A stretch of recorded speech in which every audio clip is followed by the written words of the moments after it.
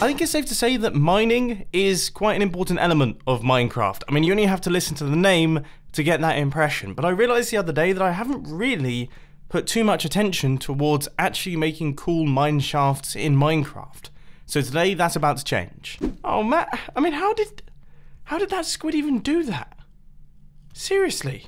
Now, originally, the entrance to this place was going to be a building on top of the ground, and then the mine shaft drops downwards. But then I thought to myself, you know what? Pretty much every single mine shaft that I think of in my head is kind of sat on the inside of a hill. Like, it's inset into the hill. Now, I'm thinking that we have some form of piston door entrance, and this is going to be slightly different to any form of piston door that I've really built before, but I think it could look quite interesting. Now, the idea behind this door is that we have... Oh, hang on, what I was thinking is that we almost have pistons going across like this. So we'd have piston arms being extended out all the way across. So it's kind of like bars pointing down, and then all of the blocks get retracted. But that means that we're going to need some regular pistons here, and then we'll also need a regular piston here. And then these double piston extenders are going to take the blocks in this fashion. So this will go down this way, that one will go down that way, and this one will go upwards. Things are going pretty well so far. So I've got the top section, so that is pushing those blocks down. And then there is our retraction, and then I'm just in the process of building up this bottom section right here. So if I flick this lever... Okay, so we need that to actually stay extended a tiny bit longer. Yeah, so all of this is actually going to need to be based on redstone torches, so maybe that will work. Okay, and then we just need some form of observer circuit, which actually we could probably do quite simply. Let's have a look and see how well this works then. So if we flick this lever... Well, the answer is not very well by the look of things. What has happened there? We have infinite powering going on, and I can't tell where it's actually coming from. Right, that's a little bit better. So there is the closing, and this is the opening. And I have to say, that looks pretty cool, doesn't it? Yeah, that's nice. And this door is actually quite simple. I like this thing. Next stage of the process is to actually get the access system sorted. So I thought it'd be a good idea to have some form of mine access pass that we chuck into the system here, and then when we hit the button, that will actually activate the door. Now, this system is actually working, so if I tried to put any random item on the inside there, you can see that that doesn't actually go through, whereas only the mine access pass does. Now, this circuit is tiny. Like, really, really tiny, and I like it a lot. So let's see this thing working then. Hit the button, everything opens up, and then everything closes pretty quickly. Okay, we've got to do some work on the pulse extender, but I would say that is the entrance completed. Now, what I'm thinking is that we have a kind of short little descent down into the main storage area, which will then take us down into the main actual mine shaft. So, I mean, do we want to do anything fancy with this? I'm just trying to think what we could do that is fancy with this. Maybe something to do with minecarts. That's the only thing that I can think of.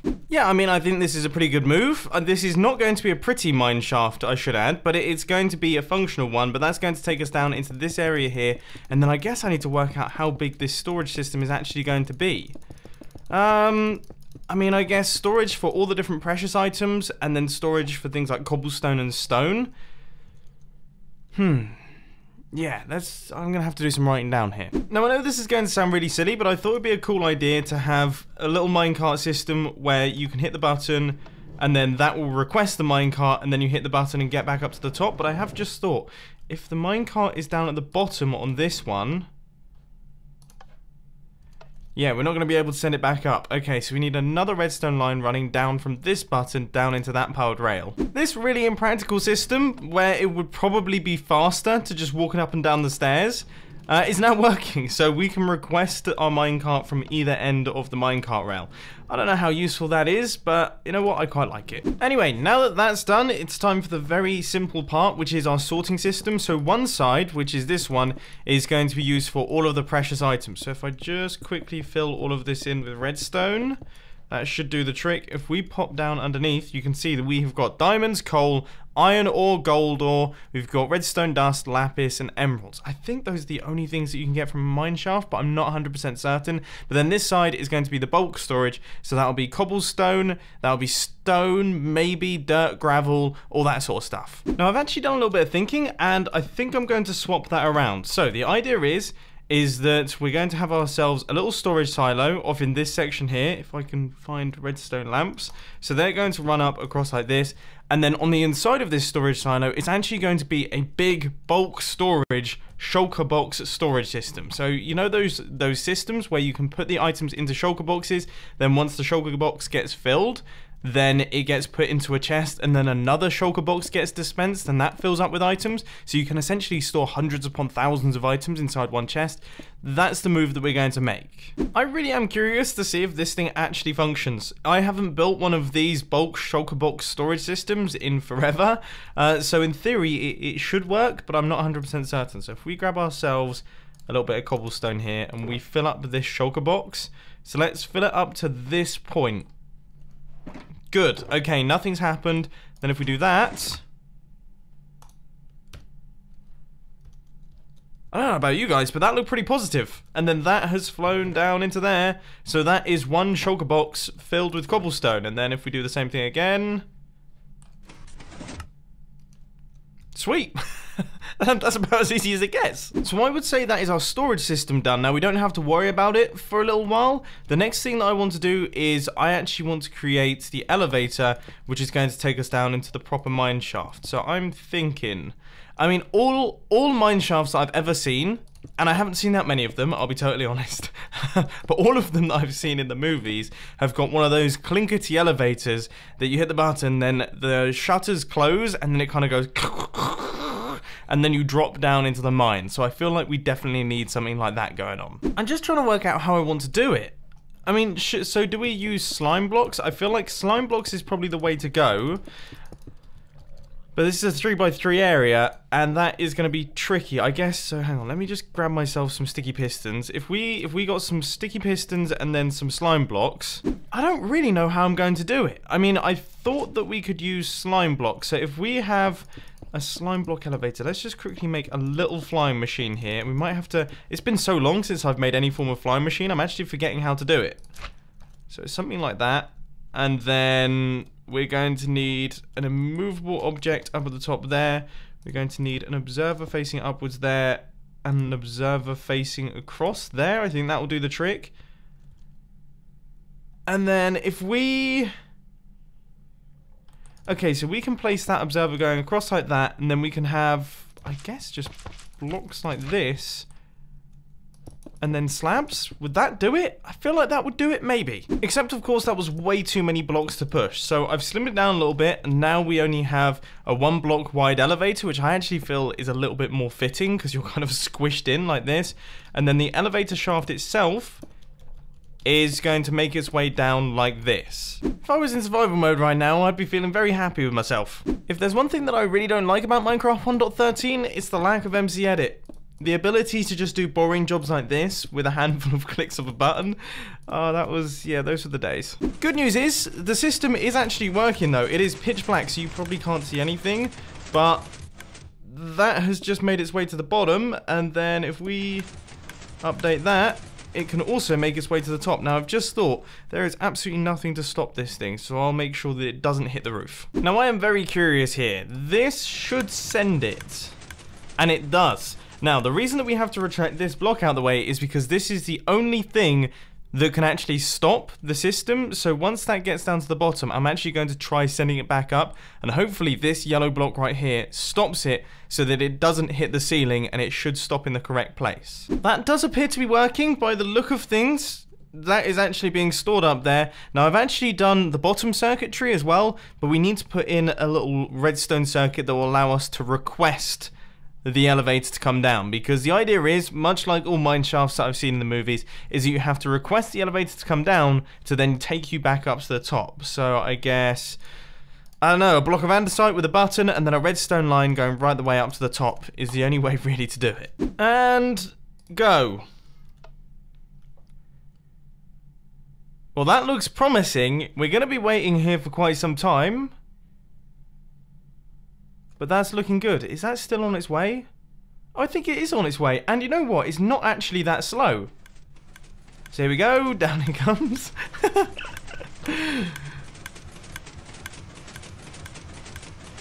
And stops. We hop on. And then eventually we should be sent back up to the top. There it is. Now this is pretty sweet, you have to admit. Elevator aside, it's now time to actually work on the mine shaft itself. Now in the center here, we've got ourselves a hopper system, which runs right the way through the middle, and that's going to be transporting our items upwards into our automatic sorting system. Now should I do that now, or should I start work on the actual mine shafts themselves? I feel like I should start work on the actual mine shafts, and I've had an interesting idea for what I can do with this. Now, I actually used this concept and also this concept in my automatic mining systems that I did ages upon ages ago, but I thought it would be cool to actually automate this. So if I get myself a pressure plate, so we can pop through that door. Now, after we've mined a certain number of blocks, I want to make it so that this redstone lamp switches on. So the system knows that, hey, the player has kind of mined this, maybe it might be a better idea to go down a different mine shaft. Right, so let's give this a go. So we go through here, and then we start mining, and then the system goes, you know what, this one has clearly been mined, like someone has gone down this route, so the redstone lamp switches on. Now it only happens fairly early on, just because if you've mined that far, there's a pretty high likelihood that you're going to continue mining. So that means that this shaft is now done, people shouldn't worry about going down there anymore, and they should go down the next one along the line. Yeah, I quite like that idea. All of those have now been installed, so now I'm creating the circuit that is going to be sending our items upwards. Now, I've just had a thought. So if I place soul sand at the bottom here, I'm assuming the items will go through the soul sand because that should be expected. And then this should all be water bubbles. Because I want to use water just because I think it's cool. So here goes. One stack of diamonds has been mined, and that has now made its way into the system. Now we see. Whoa!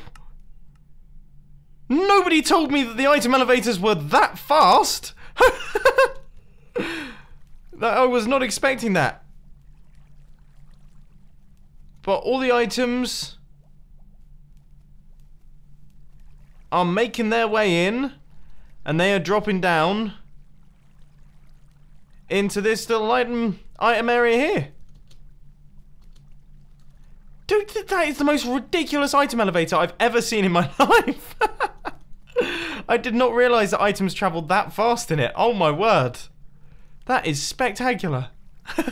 So there we have it, ladies and gents. We have created ourselves a pretty sweet little mining system. We have got a mining system that we can only access using a mine access pass, so that will take us through. We then have this tiny little minecart system, which I personally think is quite cool, that takes us down into the main little storage area. We've got storage for all of the precious items. We then have bulk storage in the form of the shulker boxes with a storage silo lamp indicator system, and that's going to be storing up all of our cobblestone, our stone, our diorite, our dirt, all of the stuff that we don't really need to be in separate chests, but is handy to have in bulk storage. We then have a wicked elevator which takes us down into the bottom that works perfectly. We then have automatic item collection